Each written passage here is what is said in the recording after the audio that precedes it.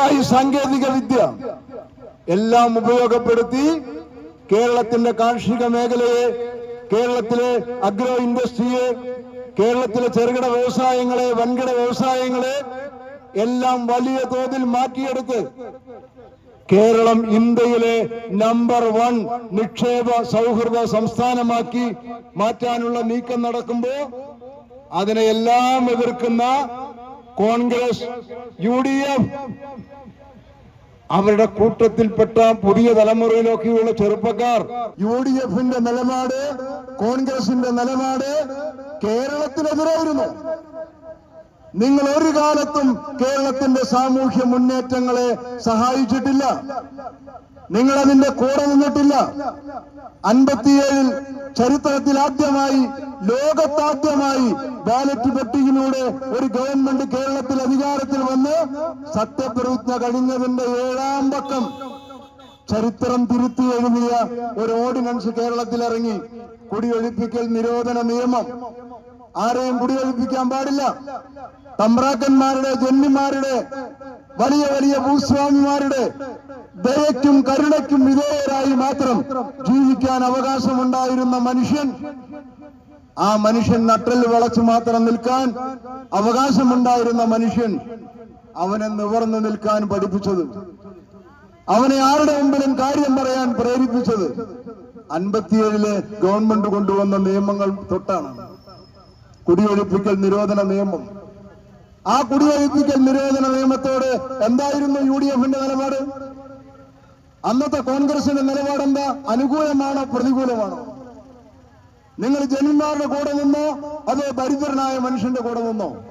നിങ്ങൾ ജന്മിമാരുടെ കൂടെയല്ലേ നിന്നത്?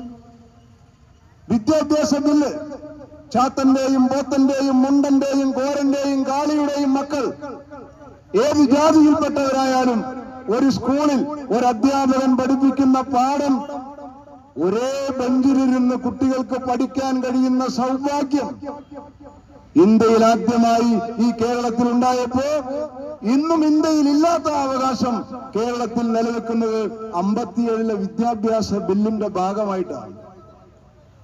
മുണ്ടശ്ശേരി മാഷ് അവതരിപ്പിച്ച വിദ്യാഭ്യാസ ബില്ലിന്റെ ആ സന്ദർഭത്തിൽ കേരളത്തിലെ യൂത്ത് കോൺഗ്രസ്, കേരളത്തിലെ കോൺഗ്രസ് നേതാക്കൾ കേരളത്തിന്റെ തെരുവിലൂടെ ജാഥ നടത്തിയത് മുണ്ടശ്ശേരിയുടെ മണ്ടത്തലയിൽ ചകിരിച്ചോറോ ചാരായോ എന്ന മുദ്രാവാക്യം മുഴക്കിയിട്ടാണ്. നിങ്ങൾ അന്നതിനെതിരായിരുന്നു, വിദ്യാഭ്യാസ ബില്ലിനെതിരായിരുന്നു. നിങ്ങൾ കാർഷിക ബന്ധ ബില്ല് കേരള നിയമസഭ പാസാക്കിയപ്പോ കൃഷിഭൂമി കർഷകന്, പാടത്തിന്റെ വരമ്പത്ത് കൊടിനാട്ടി കൃഷിഭൂമി കർഷകന് എന്ന മുദ്രാവാക്യം യാഥാർത്ഥ്യമാക്കിയ കാർഷിക നിയമം കേരള നിയമസഭ പാസാക്കിയപ്പോ അന്ന് കരുണാകരന്റെ നേതൃത്വത്തിൽ നിങ്ങൾ വാക്കൌട്ട് നടത്തി. നിങ്ങൾ അന്നതിനെതിരായിരുന്നു. നിങ്ങളിവിടെ കർഷക തൊഴിലാളി പെൻഷൻ ഇടതുമുന്നണി കൊണ്ടുവന്നപ്പോ ഇന്നത്തെ 1600 രൂപ ക്ഷേമ പെൻഷൻ അന്നത് 45 രൂപയായിരുന്നു. 45 കൊല്ലം മുമ്പ് 980-ൽ നയനാർ ഗവൺമെന്റിന്റെ കാലത്ത് 45 രൂപ കർഷക തൊഴിലാളിക്ക് പെൻഷൻ പ്രഖ്യാപിച്ചത് നിങ്ങളുടെ അന്നത്തെ നേതാവ് കരുണാകരൻ പറഞ്ഞത് ഇത് ധൂർത്താണ്, ഇത് തോന്നിവാസമാണ്. പൊതുഖജനാവിലെ പണമെടുത്ത് കണ്ടവന് കള്ളു കുടിക്കാൻ കാശ് കൊടുക്കുന്നു. നായനാര് സ്വതസിദ്ധമായ ശൈലിയിൽ പറഞ്ഞു, എടോ കരുണാകര, കുറച്ച് കള്ള് അവര് കുടിച്ചോട്ടെ, പാവപ്പെട്ട മനുഷ്യരല്ലേ, കുറച്ച് കള്ളു കുടിച്ചോട്ടെ. നിങ്ങളന്ന് ഇതിനായിരുന്നു. നിങ്ങൾ കർഷക തൊഴിലാളി പെൻഷനെ എതിർത്തവരാണ്. നിങ്ങൾ മാവേലി സ്റ്റോറിനെ എതിർത്തവരാണ്. നിങ്ങൾ പൊതുവിതരണ സമ്പ്രദായത്തെ എതിർത്തവരാണ്. മാവേലി സ്റ്റോറിനെ തകർക്കാൻ വാമനൻ സ്റ്റോർ സ്ഥാപിച്ചവരാണ് നിങ്ങൾ. നിങ്ങൾ സമ്പൂർണ്ണ സാക്ഷരതാ യജ്ഞത്തെ എതിർത്തവരാണ്. നിങ്ങൾ ജനകീയാസൂത്രണത്തെ എതിർത്തവരാണ്. കേരളം കൈവരിച്ച എല്ലാ നേട്ടങ്ങളുടെയും കാരണമായ ചരിത്രഘട്ടങ്ങളിൽ നിങ്ങൾ ജനങ്ങൾക്കെതിരായിരുന്നു. അതാണ് UDF, അതാണ് കോൺഗ്രസ്. ഈ നാട്ടിൽ നന്മയുടെ പുഷ്പങ്ങൾ വിരിഞ്ഞ എല്ലാ ഘട്ടത്തിലും നിങ്ങൾ അതിനെതിരായിരുന്നു. ആ നന്മയുടെ നാമ്പുകളെ തകർത്ത് കളയാൻ ഗൂഢാലോചന നടത്തിയവരാണ് നിങ്ങൾ. അതാണ് കേരളത്തിലെ UDF, അതാണ് കേരളത്തിലെ കോൺഗ്രസ് എന്ന ചരിത്രം ഓർമ്മിപ്പിക്കുന്ന വിധത്തിൽ ഇന്ന് VD സതീശൻ പറയുന്നു, എല്ലാത്തിനെയും ഞങ്ങൾ എതിർക്കും. എന്ത് കൊണ്ടുവന്നാലും ഞങ്ങൾ എതിർക്കും. VD സതീശന്റെയും UDFന്റെയും എതിർപ്പ് പുല്ലാണ് ഇടതുപക്ഷ ജനാധിപത്യ മുന്നണിക്ക്. കേരളത്തിലെ ജനങ്ങൾക്ക് സഖാവ് പിണറായി വിജയൻ ഒരു വാക്ക് നൽകിയിട്ടുണ്ടെങ്കിൽ ഈ നാടിന്റെ വികസനമാണ് മുഖ്യം, വിവാദങ്ങളെല്ലാം മുഖ്യം. ഈ നാടിനെ ലോകത്തെ ഏതൊരു നാടിനോടും ഒപ്പം നിൽക്കാവുന്ന നിലയിലേക്ക് ഉയർത്തിക്കൊണ്ടുവന്നത് ചെങ്കൊടിയുടെ പ്രസ്ഥാനമാണ്. Keralam mode of Kerala development, Kerala മാതൃക, കേരളം നമ്പർ 1 എന്ന നിലയിലേക്ക് ഈ നാടിനെ ഉയർത്തിക്കൊണ്ടുവന്നത് ഈ ചെങ്കൊടിയുടെ പ്രസ്ഥാനമാണ്.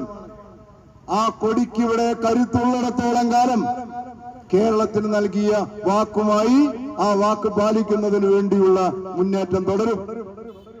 എല്ലാ ഘട്ടത്തിലും വലിയ പോരാട്ടങ്ങളെ ഏറ്റെടുത്ത് വിജയം വരിച്ച ചരിത്രമാണ് ഇടതുപക്ഷ പ്രസ്ഥാനത്തിനുള്ളത്.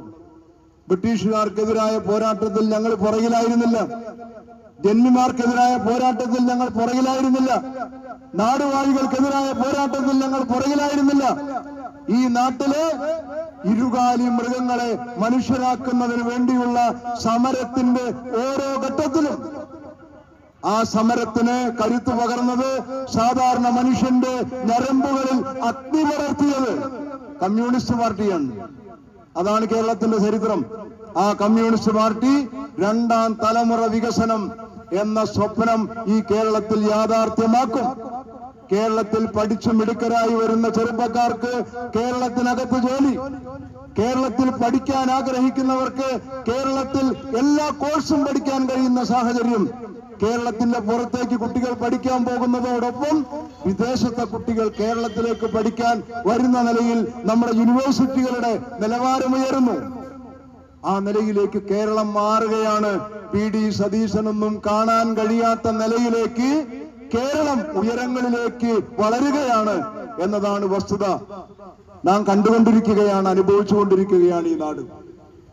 ആ മാറ്റത്തെ ഉൾക്കൊള്ളാനാവാതെ ആ മാറ്റത്തെ തകർക്കാൻ ശ്രമിക്കുന്ന UDF-ഉം കേരളം മാറിയ ഓരോ ഘട്ടത്തിലും ആ മാറ്റത്തെ അറപ്പോടുകൂടി വെറുപ്പോടുകൂടി കണ്ട സംഘപരിവാറും ചേർന്ന് കേരളത്തിന്റെ മുന്നേറ്റത്തെ തടയുകയാണ്. സംഘപരിവാറിന്റെ റോൾ ഇത് തന്നെയാണ്. BJP എന്ന് പറയുന്ന പ്രസ്ഥാനത്തിന് അധികം ചരിത്രമൊന്നുമില്ല, പക്ഷേ സംഘപരിവാറിന് 925 തൊട്ടുള്ള ചരിത്രമുണ്ട്. എന്താണ് കേരളത്തിന്റെ വളർച്ചയുടെ ഓരോ ഘട്ടത്തിലും സംഘപരിവാറിന്റെ റോൾ എന്താ?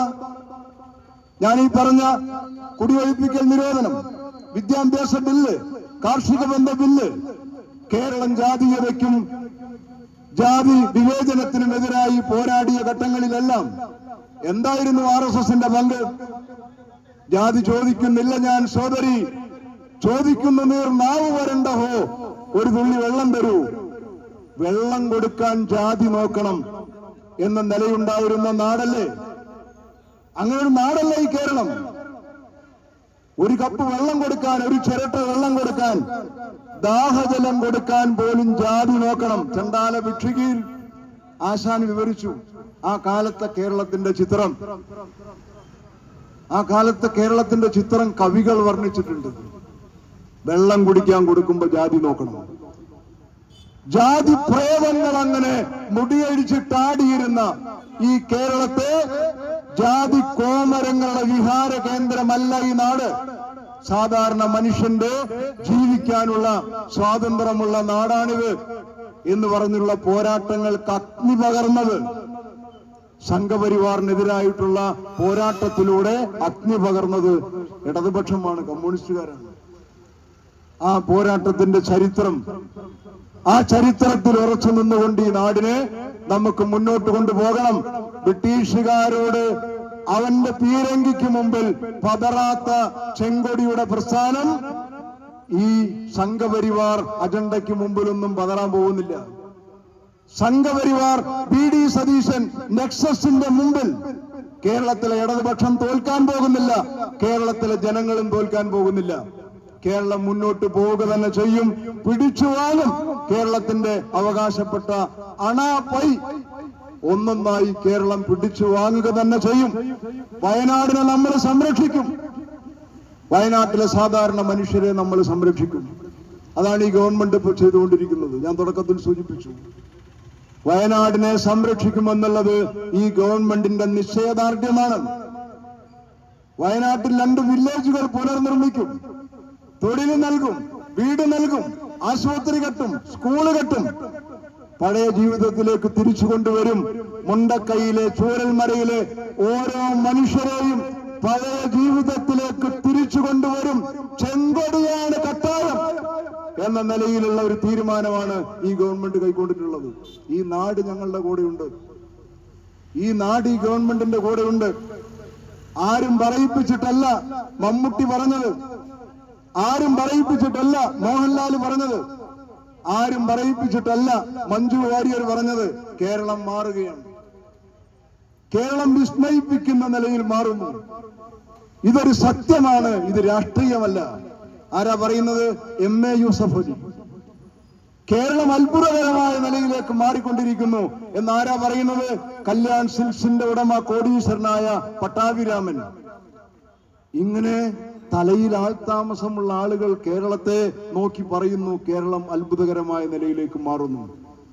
സതീശന്റെ സർട്ടിഫിക്കറ്റ് വേണ്ട ഇവിടെ. ആ നിലയിലേക്ക് മാറിക്കൊണ്ടിരിക്കുന്ന കേരളത്തിന്റെ മാറ്റത്തിന്റെ കൂടെ നിൽക്കാൻ ഈ നാട്ടിലെ മുഴുവൻ ജനാധിപത്യ വിശ്വാസികളും ഉണ്ടാകണം.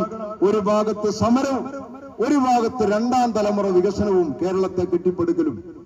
ഈ മുദ്രാവാക്യവുമായി മുന്നോട്ടു പോകുന്ന ഈ ഗവൺമെന്റിനോടൊപ്പം, പോരാട്ടങ്ങൾക്കൊപ്പം, കേരളത്തെ പുനർനിർമ്മിക്കാനുള്ള പ്രവർത്തനങ്ങൾക്കൊപ്പം ഏവരുടെയും മനസ്സുണ്ടാകണം എന്ന് ഈ ജാതിയുടെ ഭാഗമായി അഭ്യർത്ഥിച്ചുകൊണ്ട് എന്റെ പ്രസംഗം നിർത്തുന്നു. എല്ലാവർക്കും അഭിവാദ്യം.